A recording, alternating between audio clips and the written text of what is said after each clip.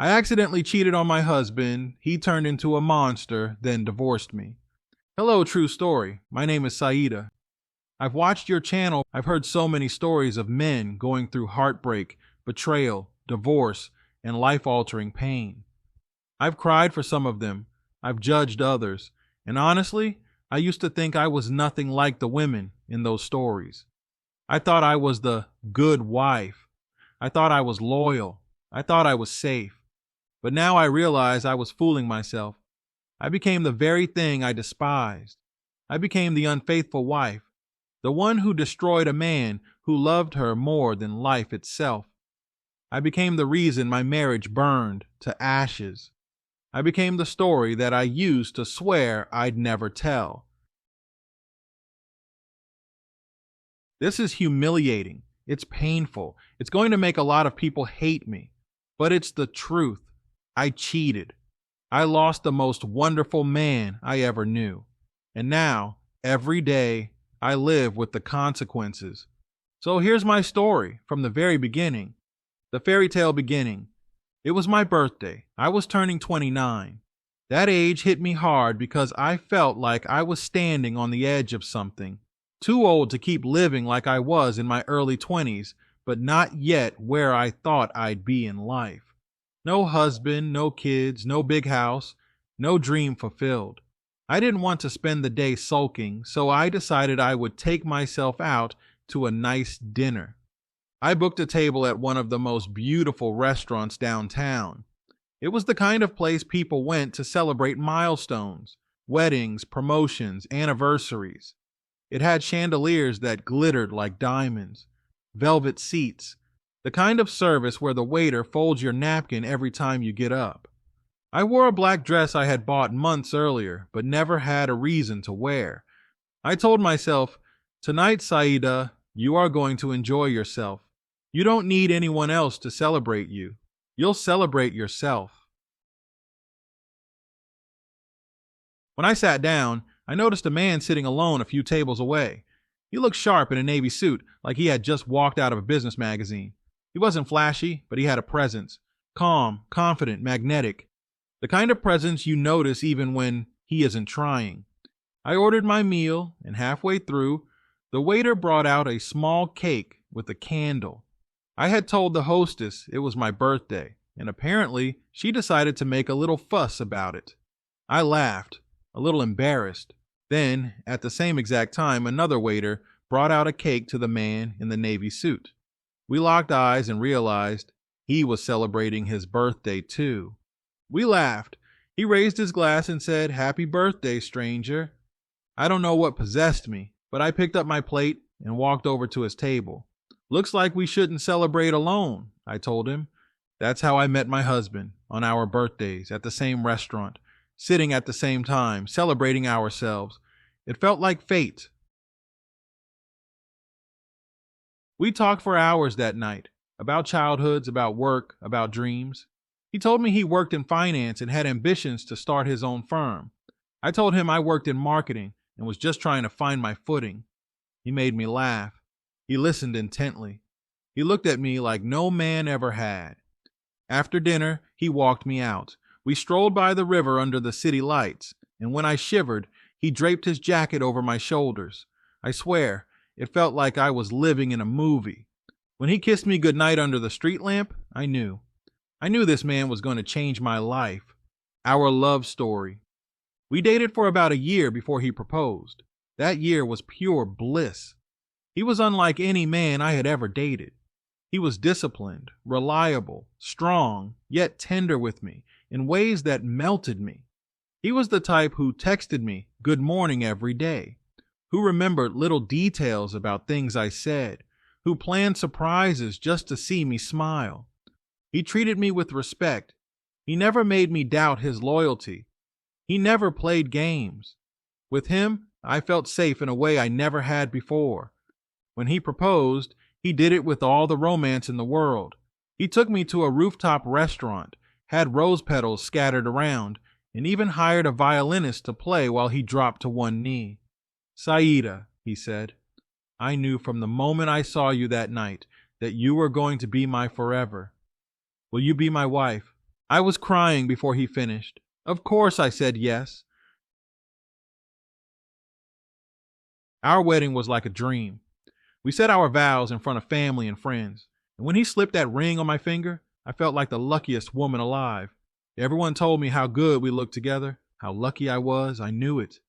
I didn't need anyone to tell me. I already knew I had found the best man I could ever ask for.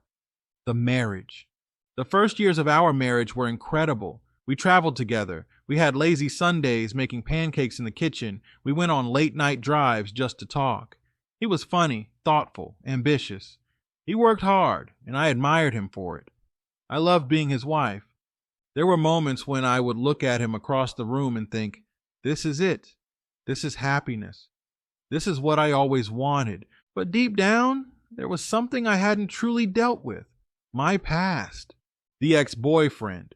Before I met my husband, I had been in a messy, toxic, on and off relationship with a man I should have left behind years earlier.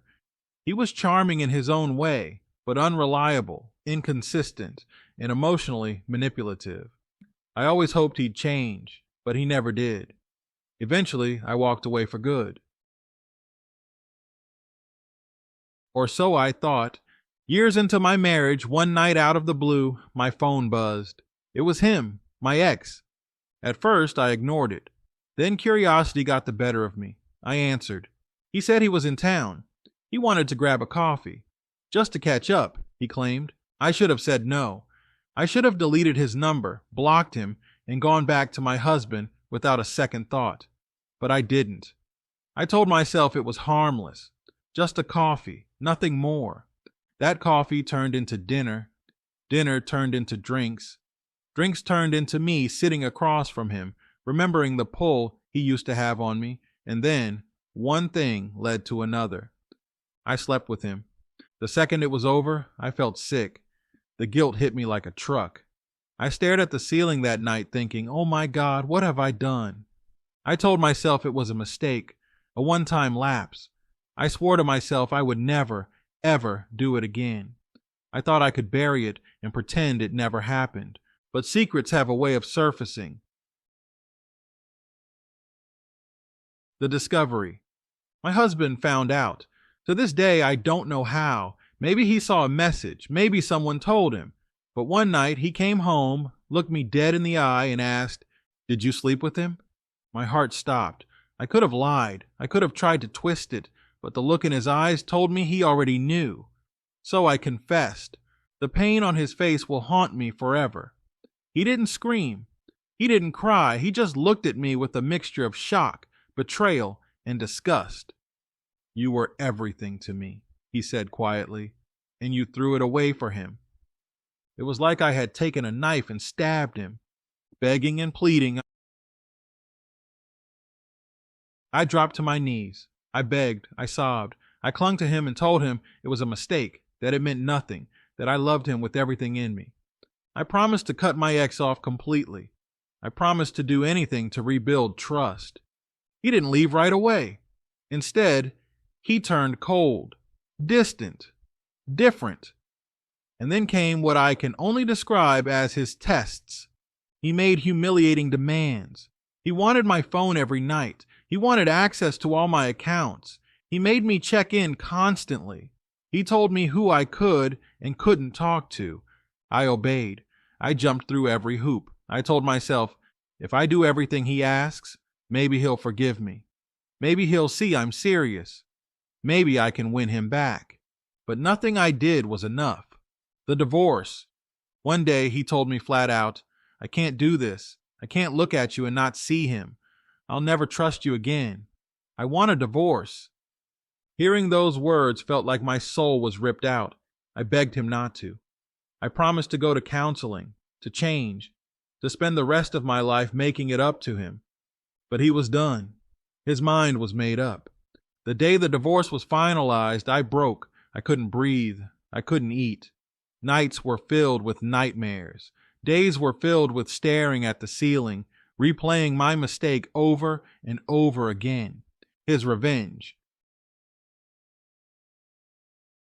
As if losing him wasn't enough, he soon made sure I knew he had moved on. Not long after, he started dating again. And of course, she was younger, thinner, stunning. He took her to the same restaurants we used to go to. He posted pictures of them smiling, traveling, living life. It felt deliberate, like he wanted me to see, like he wanted me to suffer. And I did, because she was living the life I had with him, the life I threw away. Reflection. So here I am, divorced, alone, regretting one night of weakness that cost me everything. I know people will call me names, and I probably deserve them, but I want people to understand. I didn't cheat because I stopped loving my husband. I loved him with all my heart. I cheated because I was weak, because I underestimated temptation, because I thought I was in control when I wasn't. But love doesn't erase betrayal. He couldn't forgive me. And now I live every day knowing I destroyed the best thing I ever had. True story. Thank you for giving me a place to share this. If nothing else, maybe someone out there will read this and realize you can lose everything in one night. Don't be foolish like I was. Sincerely, Saida.